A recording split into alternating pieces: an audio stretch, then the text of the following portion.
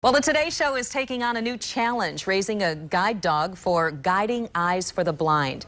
We were able to meet the puppy this morning, and the 10-week-old yellow lab is training to become a guide dog, and we'll get to watch the development every step of the way. So if you saw the Today Show this morning, you might have wondered how you can get involved with organizations just like this. Guiding Eyes for the Blind is based in New York, but Paws with a Cause is based right here in West Michigan. Joining me today, Deb Davis is with Paws.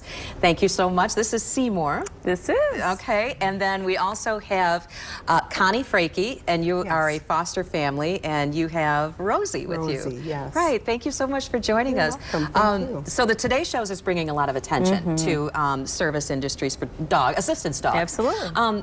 When we look at the industry as a whole, it really is critical to have the volunteers that help with these organizations.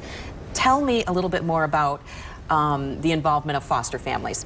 Absolutely. Volunteers are critical to our agency as well as any of the other agencies. There's more than 100 assistance dog agencies across the country, so if any of us had to pay for the amount of time and the care that the volunteers give our foster puppies as they're growing, we basically wouldn't be able to do it. We would not be able to afford it financially. So the volunteers are so crucial to raise these future assistance dogs. Oh, absolutely. What's it like being a foster family for some of these service dogs? We love it. It's the best job I've ever had. So what does it involve? Well, we get them at 8 weeks old, and our job is simply to love them, take them out in public, teach them some very good manners, and learn to focus on us, because we're essentially the client that they'll be working with down the road. So social skills, getting used to being out in society and things like that.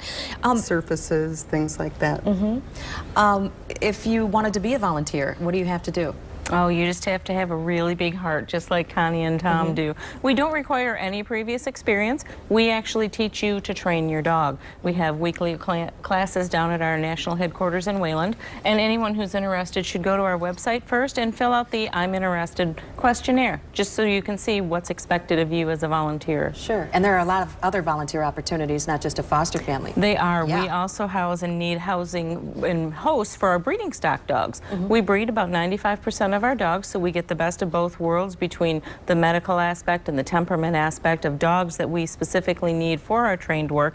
So we need people to house those breeding stock, both the dogs, both the mamas and the papas, and to help whelp the puppies that you see here, like Rosie. Oh, gosh, so cute. Just quickly, how many dogs do you place each year? On average, in the past 3 to 5 years, we place on average between 50 and 75 dogs with clients that are specially trained right here at our headquarters, and they're placed at no cost. And we're able to do that by keeping some of our overhead down by having volunteers raise. But at any given time, in order to have that many for placement for free with our clients, we have volunteers like Connie and Tom. We have 175 little Rosies out in the field right now. Oh, that's great. Okay, so nice. Well, we're so glad you could join us today. We really appreciate it. Connie, Deb, Seymour, and Rosie. So sweet. Everybody in here is so happy that they visited today. They have that effect. That's right.